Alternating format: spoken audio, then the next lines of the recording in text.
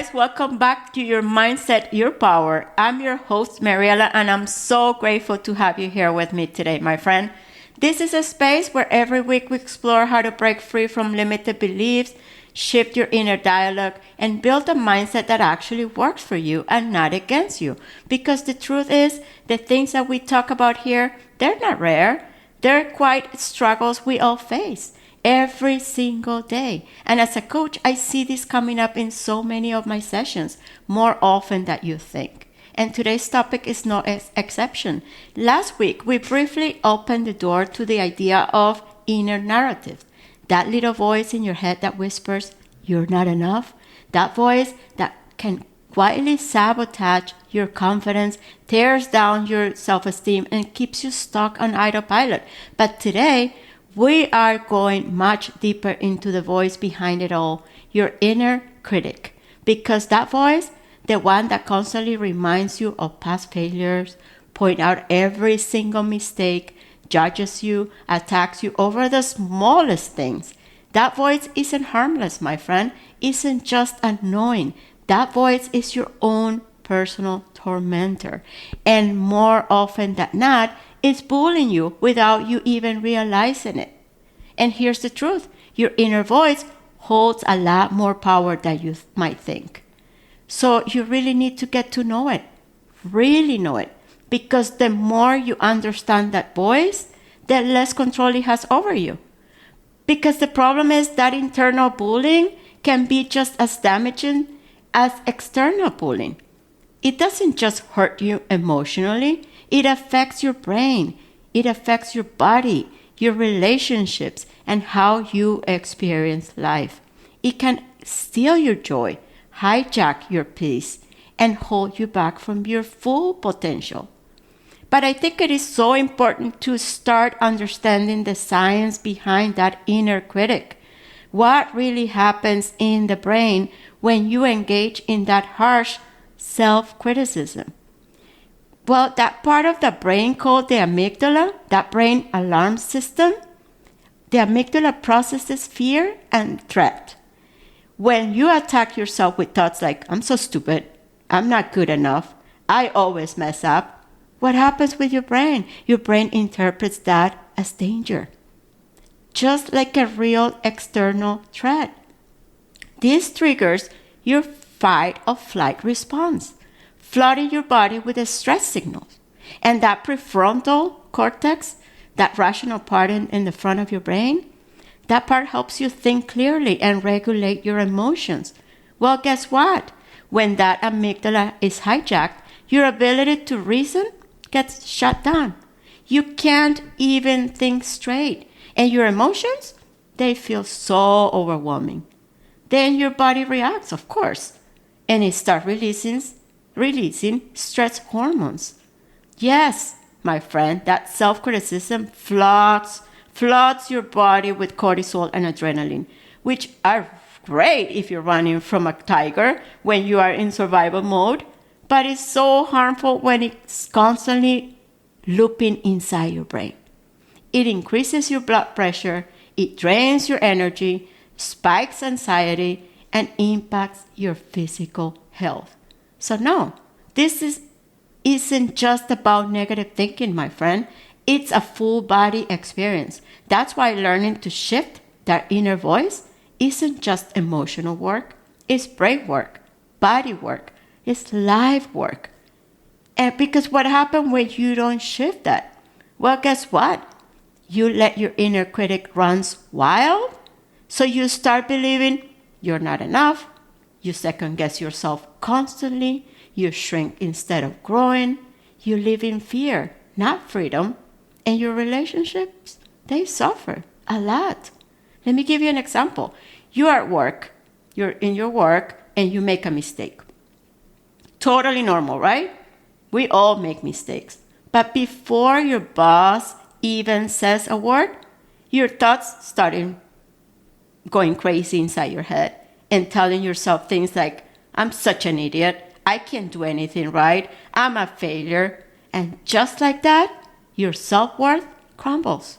The truth is, you can't expect to lift yourself up when you you are constantly putting yourself down. It's not sustainable, my friend. That kind of inner pressure doesn't lead to growth. It leads to burnout. So here's the question. If your friend was the one who made that mistake at work, would you say the same things to them? Yep. No, right? Didn't think so. So why do we talk to ourselves like we are the enemy? Right? But here's the good news. We are here becoming aware that that's happening constantly inside our mind. You can rewire that inner voice. Yes, you can change it. You can take your power back because you wouldn't hang out with a roommate who never shuts up, criticizes you every move, and tears you down 24/7, right? So why are we letting that voice, your inner bully, nagging and living rent-free in your mind? No, it's time to evict that bully, my friend.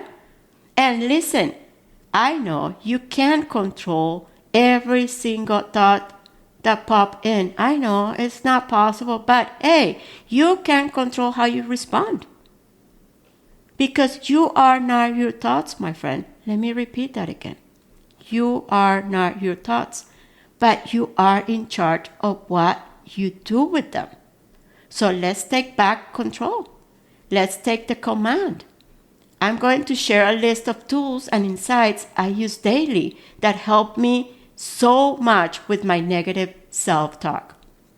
But listen, before we get into that list, there is one form of self-criticism I didn't want to leave out because I see it all the time. It's a sneaky one, actually, and most people don't even realize it's harmful.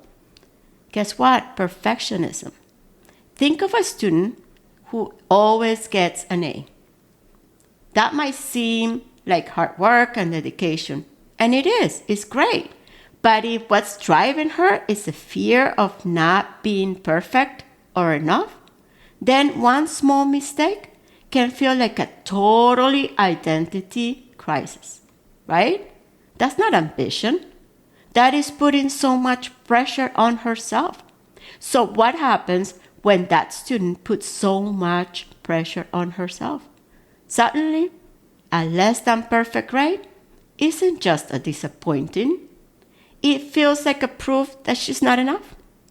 Her self-worth becomes conditional, and perfection becomes the only way to feel enough. So every time she falls short, even slightly, that inner voice gets loud. You should have done better. Why can't you get it right? You're not trying hard enough. Instead of building resilience, it builds fear.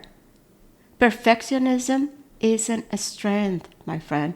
It's a silent form of self-criticism. And the sooner you can tell the difference, the sooner you can start leading with self-compassion instead. All right, so you guys are ready? So here's a mix of tools, insights, and mindset shift that I've personally used, and that might help you take back control of your inner voice too. Number one, get curious about the source of your inner dialogue. Where did that critical voice come from? Is it from past experiences or people in your life that left a mark? Because often the brain develops those patterns to protect us, even if they're no longer helpful. So maybe talking to a therapist, a coach, or someone you trust can help you trace where that voice started and give you the support you need to start that shifting, one thought at a time. Number two, let me ask you something. What happens when you wake up in the morning and you go to the bathroom and you look yourself in the mirror and immediately what happens? The first thought is, ouch, I look awful today. Oh, my eyes are puffy. Oh, I'm so wrinkled. Oh, it looks like gained weight. Does this resonate with you? Yep, I've been there too. Many times, my friend.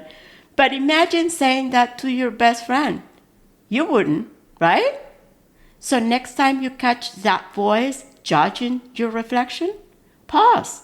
Ask yourself, what would I say to someone I love right now?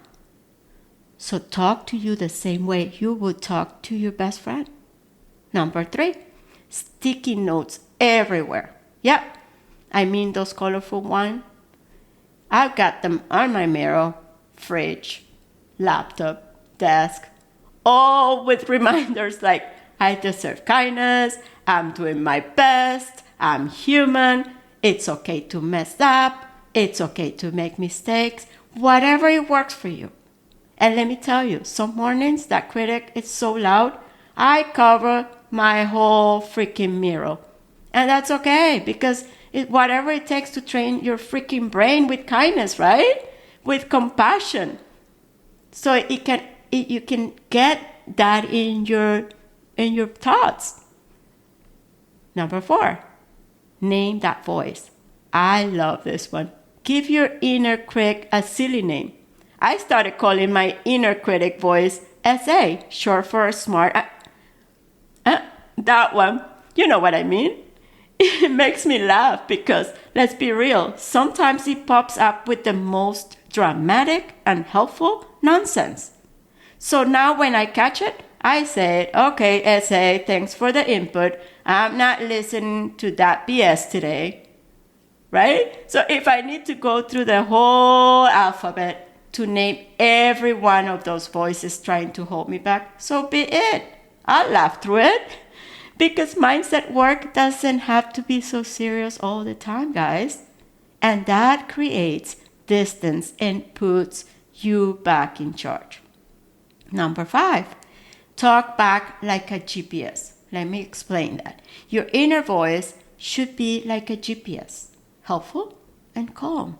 Not yelling at you, you moron, you missed the exit, right? No, you need an upgraded version that says, rerouting, let's try again. That's the voice we all deserve. So talk back like a GPS. Number 6, journal it out.